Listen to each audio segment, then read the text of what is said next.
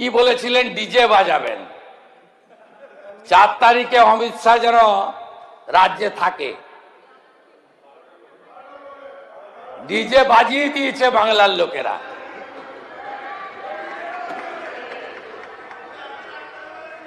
এই সরকার ভদ্র আছে বলে না, এখনো এরকম প্যান্টের পকেটে হাত ঢুকিয়ে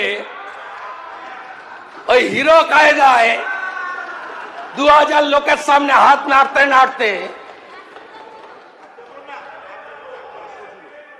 আপনাকে আমি বলে গেলাম, ওই ছোড়াকে প্রতিষ্ঠিত চোর,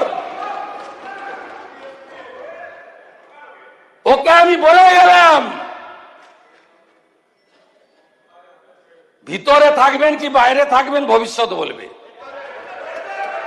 যেখানেই থাকুন ডায়মন্ড হারবারে লড়ুন।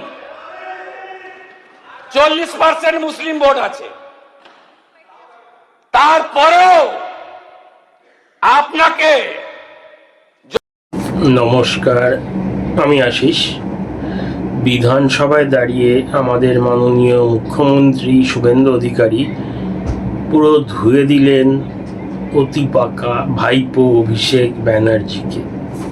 আমরা দেখেছি গত 2-3 দিন ধরে খুব অত্যধিক লাফালাফি ডায়লগবাজি ও উদ্ধত্ত দেখাচ্ছিলেন অভিষেক ব্যানার্জি।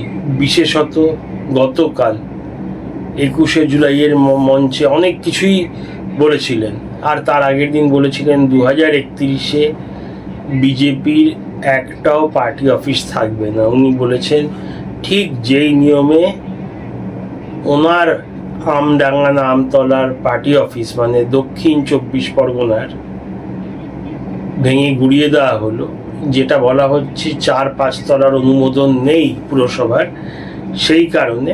তো উনিও বলেছেন সেই নিয়ম ব্যবহার করেও 2031-এর পর একটিও বিজেপি অফিস থাকবে না। এখন ব্যাপার হচ্ছে 2031-এ তৃণমূলের ফেরা শুধু কি বলবো ডিফিকাল্ট, কঠিনই না, এক প্রকার অসাধ্য। পুরো সংগঠন ভেঙে গেছে। 90% নেতা যারা এইসব ভোট করতেন, মিটিং মিছিল করতেন, ভোট করাতেন, তারা আর কেউই নেই। সব বড় বড় নাম, বীরভূমের অনুব্রত মণ্ডল, সাউথ কলকাতার অরূপ বিশ্বাস, ফিরহাদ হাকিম, এদিকে কাকলি ঘোষ দস্তিদার, চন্দ্রিমা, পার্থ ভৌমিক, জ্যোতিপ্রিয় মল্লিক, কেউ নেই, কোথাও কেউ নেই। উত্তরবঙ্গ তো এমনিতেই খালি, দক্ষিণবঙ্গ খালি হয়ে যাচ্ছে। যেই দক্ষিণ 24 পরগনা গড় ছিল তৃণমূলের, সব কাউন্সিলর রিজাইন করে গেছে, প্রায় সব বিধায়ক হয়ে গেছেন, নয় ঋতব্রত তৃণমূলে চলে গেছেন। তাই কোন বেসিসে যে উনি 2031-এ ক্ষমতায় আসার কথা বলছেন সেটা বোঝা দুষ্কর। আর এও বারবার বলেন যে চুরি করে জিতেছে বিজেপি। এদিকে সবচেয়ে বড় চুরির অভিযোগ কিন্তু খোদ অভিষেক ব্যানার্জির বিরুদ্ধে।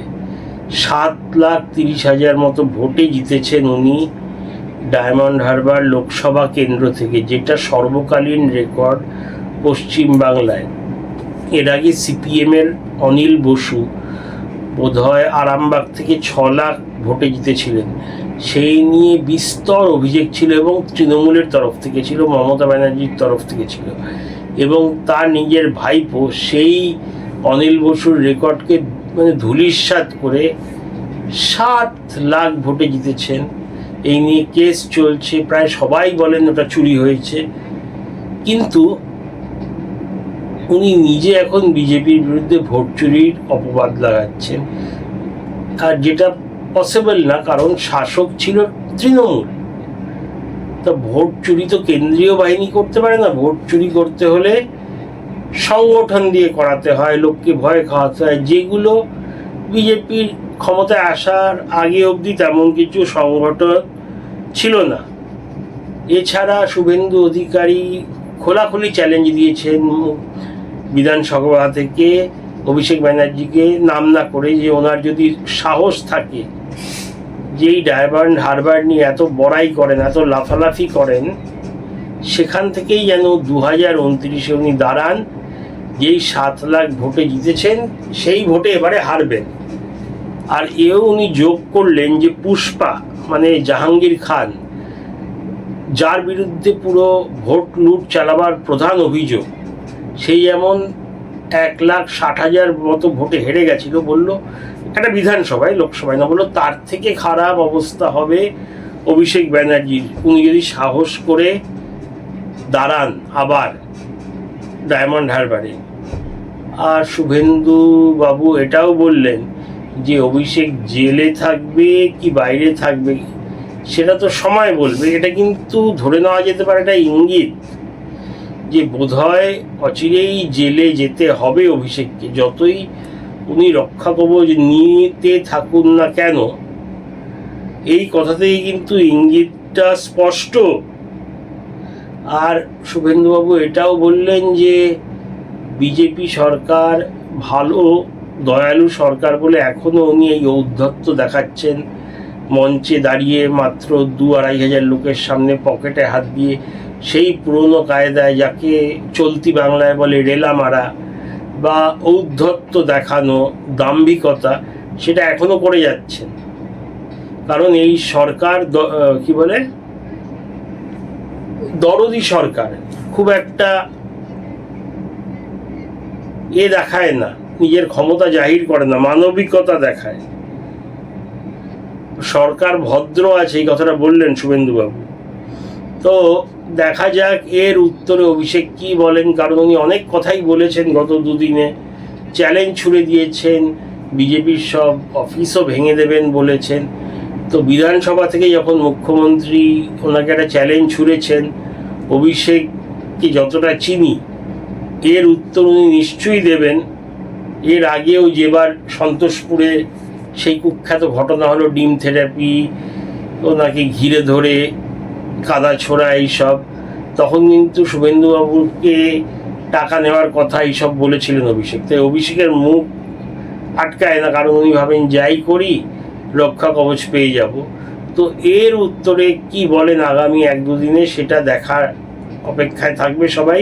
তবে এইটা শিওর, নিশ্চিত যে অভিষেক কিছু না কিছু একটা বলবেন। তবে দেখা যাক কি বলে। আপাতত এতটাই। জানাবেন আপনাদের মতামত। অনেক ধন্যবাদ। জয় হিন্দ।